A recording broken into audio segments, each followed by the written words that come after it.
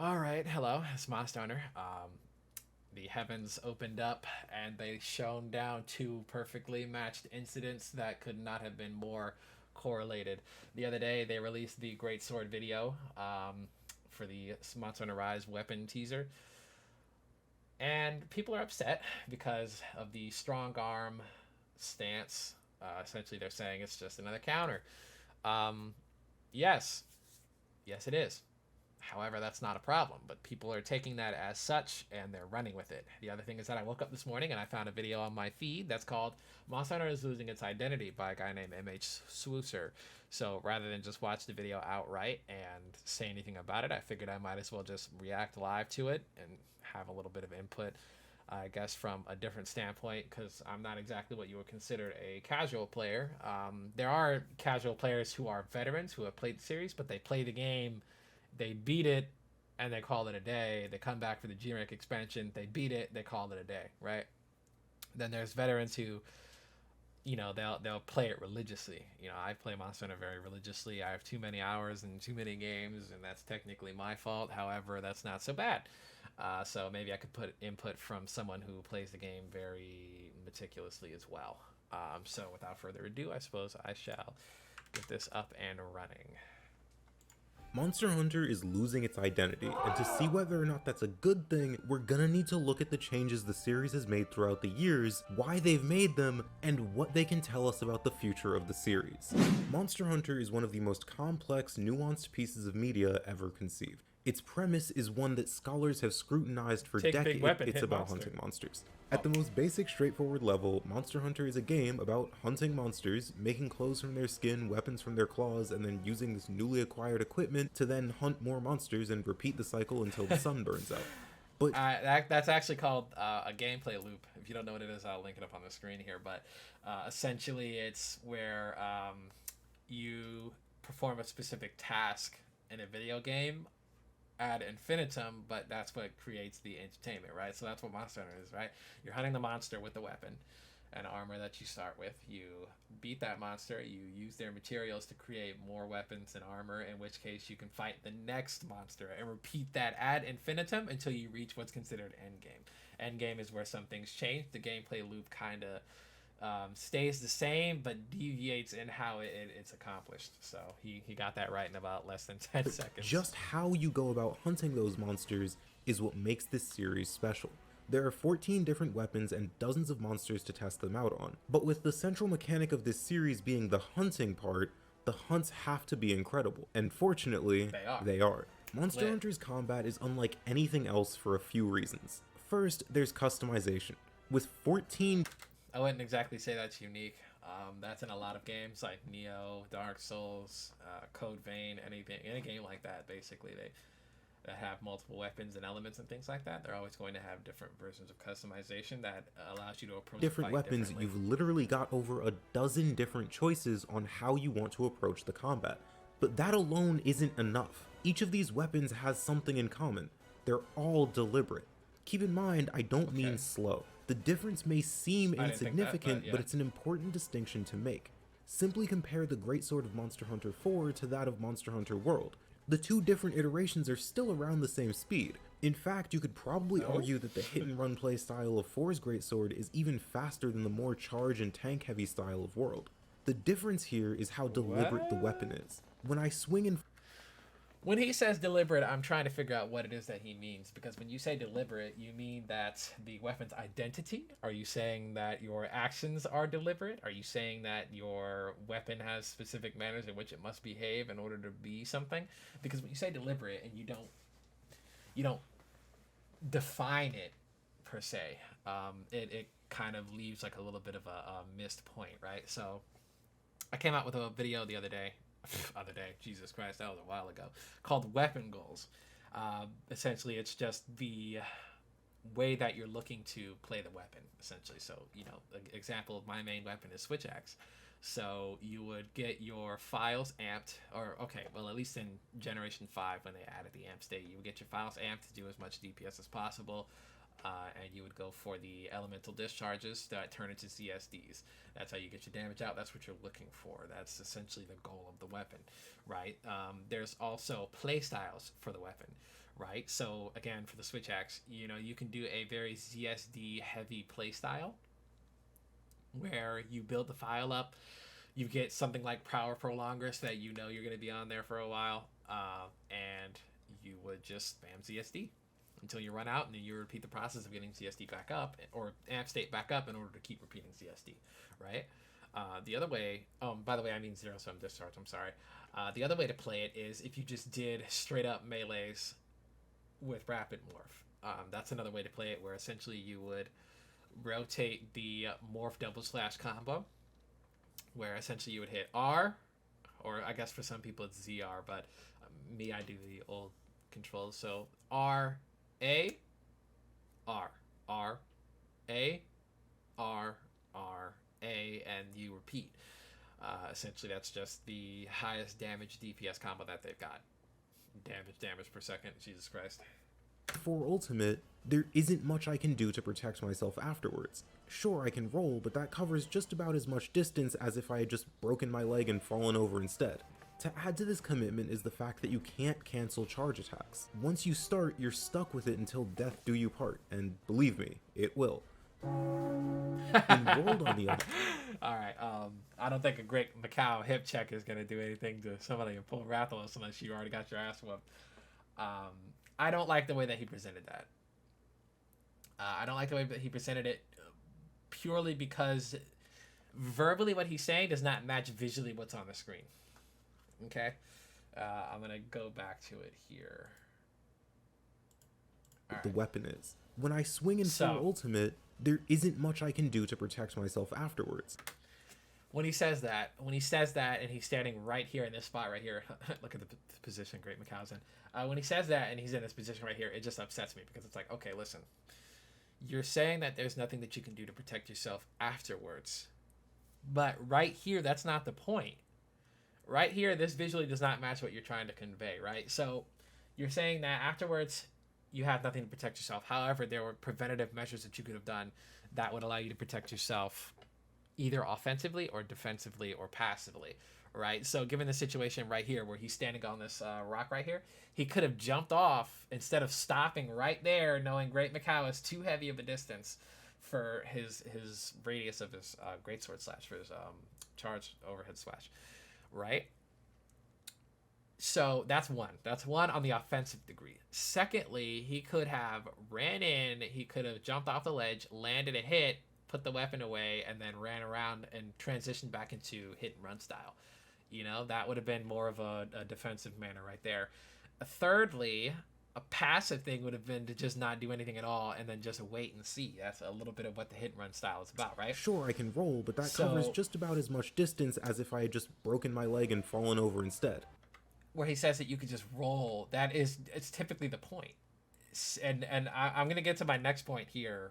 To add to this commitment is the fact that you can't cancel charge attacks.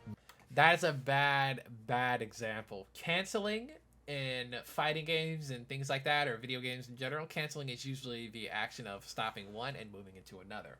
Okay, yes, while you cannot stop your charge attack like you can in World with the introduction of tackle, you can stop your swing here. You're out of line. Your attack is vertical. It doesn't matter if you're holding left on the stick to try and swing the thing. It doesn't matter. You're in a position where you're not in favor. You're at a disadvantage right now. You need to get the advantage back. And you're not going to do that by charging the entire way to level 3. What are you swinging into? Look how far Macau's head is. I'm not saying there wouldn't have been a universe where Macau would have done a different move and would have ran forward, but you're holding out hope for something that you were in the wrong for.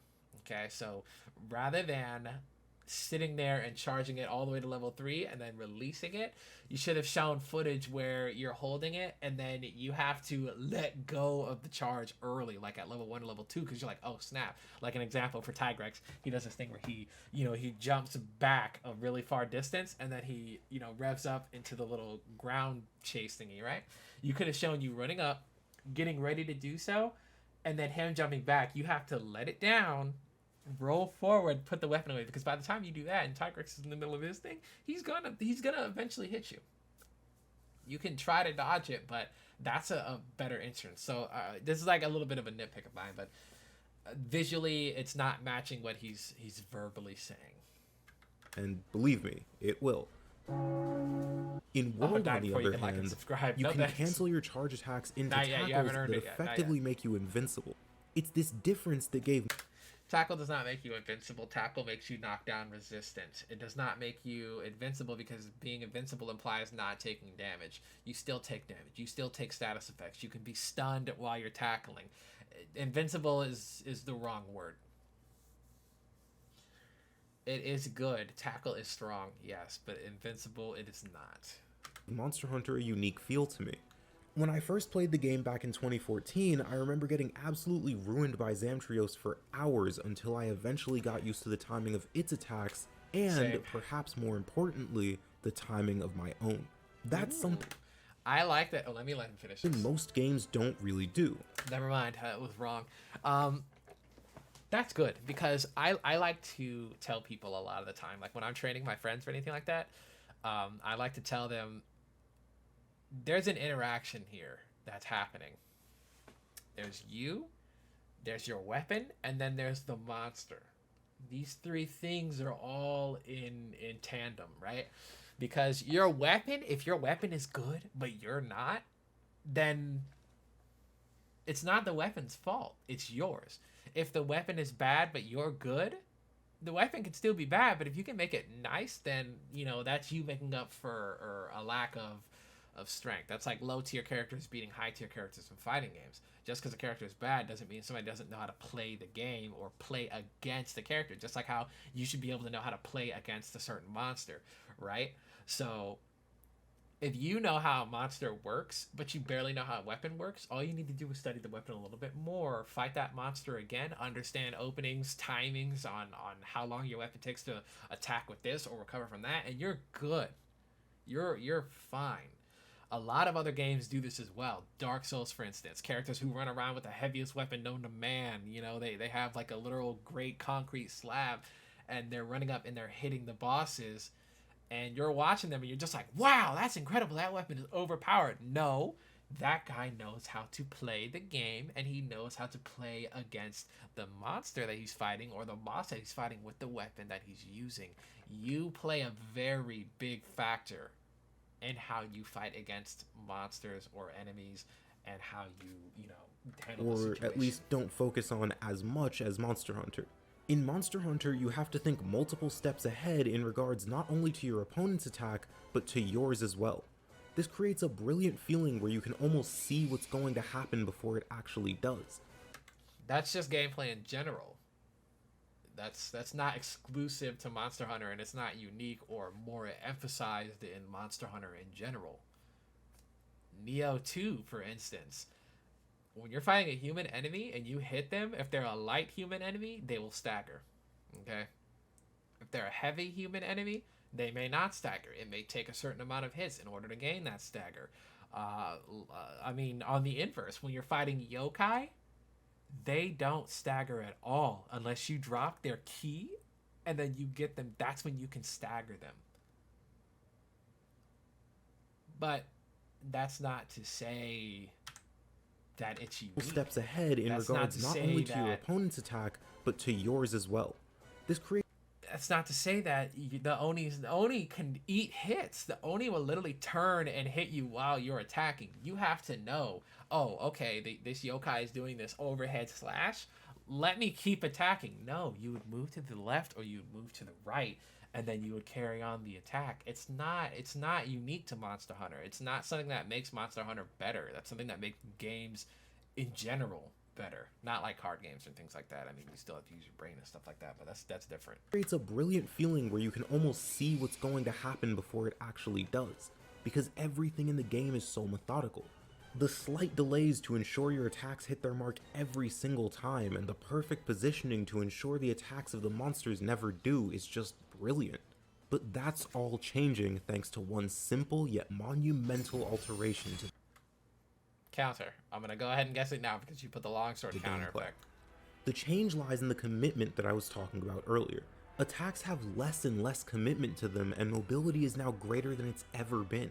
But nothing is more That's a good representative of this change than dodging. In Monster Hunter games of the past, Oh, I thought it was counters. He made the counter effect. rolling was used to reposition, which it still mostly is.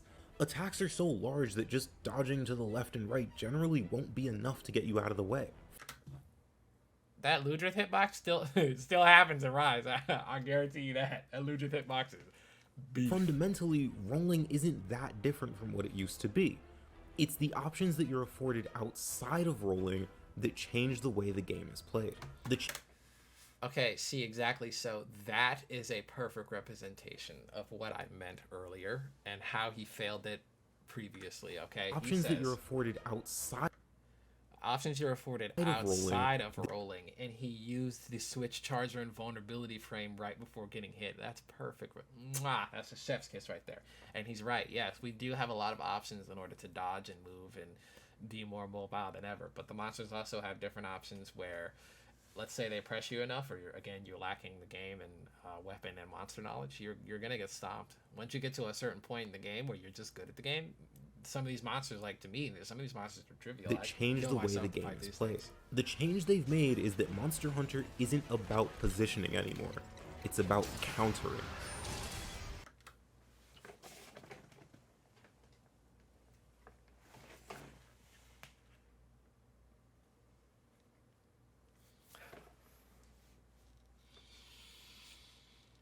Where's the heavily disagree button? Disagree strongly disagree. That's incorrect. Positioning is still as important as ever, because unless you want to sit there and attack Basarios's fucking tail all day, you're not gonna hunt that successfully in like 3 minutes. You're not gonna hunt that in 4, 5, 6, 7 minutes. You're not. You're gonna take forever. Positioning is important. You're not gonna stand there on his tail while he's doing his little wink, wink, wink. Yeah, we have counters. Yeah, all right. Longsword, charge blade, sword and shield. Those are the weapons that have the most prominent counterattacks. I would say lance, but because of what they can do for longsword, charge blade, and sword and shield. Lance, yes, it can block an attack and then stab it back, whatever. But that's just one minute poke. I mean, yeah, it can do 300 damage, whatever. But why does it matter when I can charge, or I can counter with a charge blade and then do immediately a what do they call that? The elemental discharge. What does it matter? That can be thousands of damage. Why with longsword, where I can literally counter an attack, not block it, counter an attack completely with my body, mind you, and it lands the hit. Sword and shield, it can stun. I mean, just like charge blade. I mean, honestly, those are good examples of a good counter that works, as opposed to saying that the game is just all counters. Obviously, this can be seen in the longsword, the perfect example of a weapon that was once all about positioning and waiting for your opening for one massive combo. It was all about a slow, gradual, methodical use of your normal attacks, your fade slash, and your spirit combo to incrementally increase your power. Now, however, it's all about timing your counters to gain spirit gauge and deal comical amounts of damage. But this isn't the only weapon like this. Before I go on there, that's the entire point. Would you have rather longsword stayed where it was at? I mean, yes, I'd say the counters kind of overdid it, because they not only had foresight slash and world, which was, by the way, it was by itself, that was perfect, because it drained your entire meter. So if you missed, you lost the whole thing. But if you did hit, you were able to move into the foresight slash, in which case you would be able to level up your weapon. And then they added something in the game, which again is very, very important. They added a way to expend that meter. Who texted me? Basically, they allowed you to expend that meter. So the point of it is to get to red, burn the meter for the highest amount of damage you can get off of that attack, build it back up, and repeat. That's the point. That's the entire point. You make it sound like it's such a bad thing. And yes, longsword right now has way too many counters in Rise. Longsword's counter is very good after they introduced the EI slash. I get that. But that's not to say that every single weapon is like that. The greatsword I mentioned earlier is an equally clear example of this more counter-heavy gameplay. With the tackle, you don't have to put your weapon away between attacks. You instead tackle at just the right moment to deal a bit of damage and even potentially KO, and go right back to charge attacks. Yes, because again, you're missing the entire point. You're missing the point of the weapon being the fact that, let me see what this is real quick. Okay. You're missing the entire point of the weapon. The weapon requires you to charge your weapon and hit the monster in a spot. Anywhere, preferably the weakest spot. And then repeat that process, right? It warrants a more hit and run playstyle, right? So say they finally decide to do something that you could allow for a change of playstyle. That's important. That's very, very important, because that boosted a very big part of the weapon's identity, right? You added in an ability to resist knockback so that you can carry on the charge, so that you can be more aggressive, if you will. That helped the Greatsword greatly. It didn't take away from it. It's not a counter-heavy playstyle. You're still getting your ass whooped in order to do it. What are you saying about the Insect Glaive? But I can keep going. Look at the Insect Glaive, a weapon that previously you had to hard commit to a jump in 4 Ultimate and even in Generations, but now you're able to change your direction mid-air. Or even the Switch Axe. Oh, let's not get on Switch Axe yet. All right, for Insect Glaive, say this, right? The entire weapon's identity when it was released in 4 was the fact that it could jump in the air without the use of ledges. They added ledges just for this, right? So that you can do jumps and hit and mount the monster, right? So they put like a bunch of ledges everywhere. That was like one of the key things about 4. Not only was like the roster huge, but they were like, yeah, look, aerial attacks. They even showed it in the trailer with the character jumping on the what was it, Gormagala or Tigrex, and then they were like riding around on it, right? So that was the point, right? The Insect Glaive could stick in the ground, jump in the air, land a mounting attack from anywhere. Generations Ultimate comes out.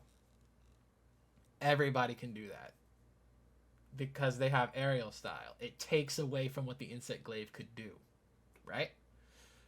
Then you have World coming out, right? And they added the vaulting feature. That was terrific because it allowed the Insect Glaive to stay in the air. It allowed the Insect Glaive to do its type of thing. It allowed the Insect Glaive to rack up a lot of mounts. Granted, they did have mount based off damage system, so essentially a Greatsword could literally jump off a cliff, have a full level 3 charge, hit the monster in the face, and then the Insect Glaive just standing there. He's just like, you stole my job. Everybody's stealing the Insect Glaive's job. So being able to rack up that mount damage, being able to stay in the air, being able to you know, launch yourself up in the air and do those kinds of hits like a helicopter was important, because it's not about lack of commitment. That's what you're failing to understand. Lack of commitment means that this is just easy mode. Yes, World was easy mode, but I'll say that. But lack of commitment means that, say that I am charging my weapon and I hit the monster once and they always stagger, like in Monster Hunter 1, and I keep going. Do you consider that commitment? Do you consider that a lack of commitment? If I run up to a monster who I know is about to do a couple of death swings on me, but I tackle into it and I keep going, does that a lack of commitment? It doesn't make sense. I'd say make it make sense, because it doesn't make sense. The fact that they added these things to the weapon. Say you don't have quick sheath level 3 and you're about to take a hit and you're trying to do the quick draw stance, right? You're too slow. Do you commit? Have you already committed? It's things like that where the things that you're saying do not match exactly what's happening in the game right now. Which now has a fade slash just like the longsword. Although I do admit, as a Switch axe, I'll bully you in the comments, kid.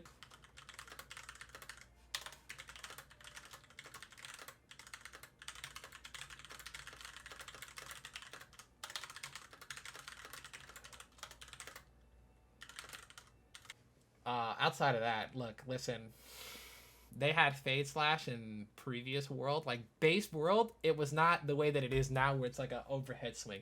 Back then, it was you moved backwards with a side swipe. I don't know why they changed that. I don't know why they got rid of that. They need to bring that back. They need to have triangle back in axe mode. They need to be the regular fade slash, and they need circle back in switch axe or an axe mode to be the one that goes upward. That would have given you more mobility options. But listen, that doesn't change anything. Axe main, I'm totally fine with this. Slash just like the longsword. Although I do admit, or even the switch axe, which now has a fade slash just like the longsword. But what was the point of mentioning this at all? This was very unnecessary of a segment, because it's not like you're saying anything that the switch axe does differently that takes away from being able to commit or takes away from anything like that. I don't understand what this section is for, so I'm not going to try to harp on it for too long. I do admit, as a switch axe main, I'm totally fine with this. All of this leads to gameplay that's far less committal. Even the ability to roll backwards has massive implications on the gameplay. What was once a weapon exclusive skill is an option that almost every single weapon just natively has.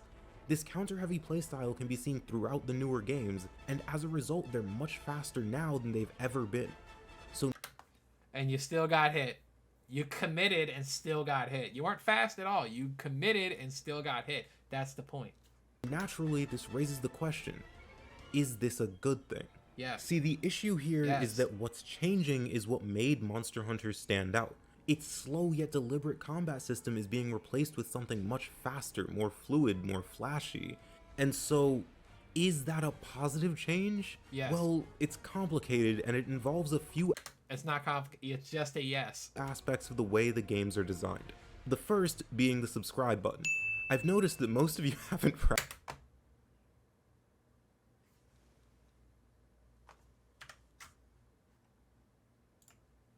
Okay, so the first thing that stands out is the fluidity of it all. Monster Hunter has been a very rigid game for a very long time, and there's nothing inherently wrong with that. However, this new layer of fluidity and speed allows for more fast-paced hunts. Now, granted, speed is nothing new in Monster Hunter. There have always been monsters like Brachydios, Tigrex, and Nargacuga. The difference now, however, is that with the hunter being as fast as they are, the hunts feel far more involved than they did in the past. You don't have to just stand around and wait for the monster to finish its rampage. You can counter it, or jump over it, or do any number of things that don't involve simply running away. But something very important to consider is that this is a fine line, as if the hunter gets too fast... That's a big yikes right there, because this is way too realistic. Gunlance is super weak when it comes down to anything that it can do, unlike other weapons. Switch axes, I'd say switch axes is strong, but not just right. I'd probably say dual blades is just right, but then again, that's just a personal opinion. And yes, longsword is too strong, so I'll give him points for this. Then we end up in a situation opposite to the older games, where the hunter is so fast and powerful that the monster's attacks don't matter anymore, since they can never even hit you. But speed isn't the only thing to consider here. With new mechanics of the hunter come new mechanics for the monsters. Yes. One of the most obvious examples of this being Narwa, a monster that forces you to use the Wirebug to dodge about 40% of her attacks. Nah. You don't need the Wirebug to dodge most of Narwa's attacks. You don't.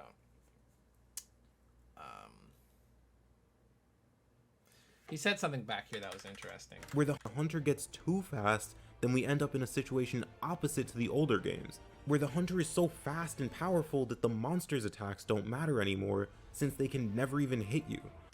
Notice that most weapons have an attack, and there's always a drawback to it. Whenever you do the Sade or the super amped elemental discharge, you know, when you sling it back and you whack the floor, you don't just immediately return back to axe mode and keep going. When you do elemental discharge with the switch axe, you don't just immediately go back to sword mode and keep going. I mean, unlike Valor's stance, that was different, but we're not going to talk about that. What happens is, after your super amped elemental discharge, your character retracts the charge blade from axe mode, pulls it back into sword mode, and then you lose all your files, meaning you have to gain that back up, right? But that's time taken, because you just slam the ground. There's risk and reward. That is the most important part. If you're going to risk it all and get nothing, you lose. Good day, sir. If you risk it all and you get something, then you get the, you know. So when you mention about the fluidity and the speed and the movement, you have to understand that there's always drawbacks to certain weapons and attacks. Because yes, even if you're moving fast and you stagger them once, doesn't mean you can't immediately move into your next strongest move. Greatsword, for instance, when you land off the overhead slash and then you move straight into true charge slash or something like that, when you used to do a little slinger pop and then move into it, yeah, that was different. That was way different, right? But nah. But speed isn't the only thing to consider here. With new mechanics of the hunter come new mechanics for the monsters. One of the most obvious examples of this being Narwa, a monster that forces you to use the Wirebug to dodge about 40% of her attacks. Things like this wave that go across the area, or this massive laser beam, or these platforms that you have to climb up to avoid attacks like this.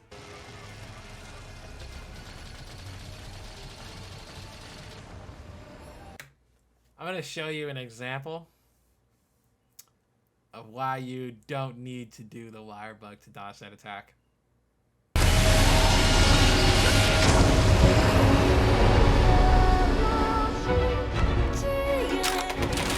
But again, this can go too far. When the mechanics become too complicated, we lose what should always be the main focus of the game, the monsters. So once again, this is a fine line. However, I believe the newer games walk this line rather well, and while they're not perfect, they present some of the best hunts in the series when they get it all right. So, is it a good thing that Monster Hunter is changing like this? Yes. Well, while some people will say no, which is a totally valid response, I think it is. Because regardless of how things change, Capcom's main goal remains the same, to make the best games possible. And with that sort of ambition in mind, I trust they'll always make something special, even if it is just a bit different. And speaking of different, here are two different videos, one on why video games matter and one thing that Sunbreak shouldn't bring back. And if you like videos like this, feel free to subscribe. It would really... I guess that's the end of the video. Oh my goodness, I turned this into 30 minutes. Jesus fucking Christ. Look, I don't necessarily think that he doesn't have good points. I just don't think that his presentation and understanding are up there. Every game has a unique feature. I've said this many times on Twitter. I'll say it many times over and over again. Every game has a different feature. If you go from Monster Hunter 1 to Monster Hunter 2, they're almost the same. They're literally almost the same, except Monster Hunter 1, you know, they have their weapons. Monster Hunter 2 added weapons like the hunting horn, the longsword, and the bow, right? So here you are with a completely different set of weapons, but you're still doing the same thing. Monster Hunter 3 added the swimming. That was unique. That was crazy unique. You know, your moves were a little bit the same, but different underwater. Your motions, the monster's behavior, that added replayability. That was great, right? Monster Hunter 4 comes out. They start adding ledges. You know, it's pretty much still the same kind of gameplay, but you're still jumping off things and getting the mounts off. That was a different way to hunt. They also added, you know, a couple more items and different things that you can do that really bolstered the way the game was played. I mean, Monster Hunter Generations Ultimate added fucking superpowers. I mean, they added styles and you know, different abilities you could do, like Adept. Adept wasn't that broken unless it was on dual swords with Mega Dash Juice, excuse me. That it wasn't that broken, right? Because some weapons you'd like roll, like the switch axe, you'd roll, and then you'd be stuck in that running animation until you finished or you didn't attack. And most weapons attacks, believe me, man, oh my gosh, it takes so long, right? So it's less a matter of the weapon, or that's a matter of the fact that Monster Hunter is losing its identity. It's more of a fact that Monster Hunter is trying to keep an identity, and every title has something different. Every title has something somebody might like and somebody might not like. But you do have to respect the fact that this game is good. You have to respect the fact that Monster Hunter Rise, for all its features and things, like there's something different about this game. I mean, imagine if you had the same health pool as GU or previous games of that matter, where G-rank monsters maximum health was 8,000. High rank monsters right now on Rise have 10,000 to 20,000 health. because they understand that you're going to be busted out of your mind with all these high flying moves. Their flinch values are even higher. I mean, these things they take into account for. You have to understand that you can't have it all. Like, it's not like Call of Duty where every game is changing after 4 and Modern Warfare. They're trying too many things to be different, too many things to be unique, when they should have just focused on what could have improved their base gameplay moving on to the next game. And Monster Hunter is doing something completely different, where you're getting these new features and things like that, and they're adding things to the weapons. You should be excited for that rather than upset, because imagine we're living in a world where we're just playing Monster Hunter 1 gameplay with better graphics and different weapons. So yeah, anyway, I've turned an 8-minute video into a 30-minute video, and I don't know how I did that. I'm gonna make a video on the training room. I'll see you in a bit.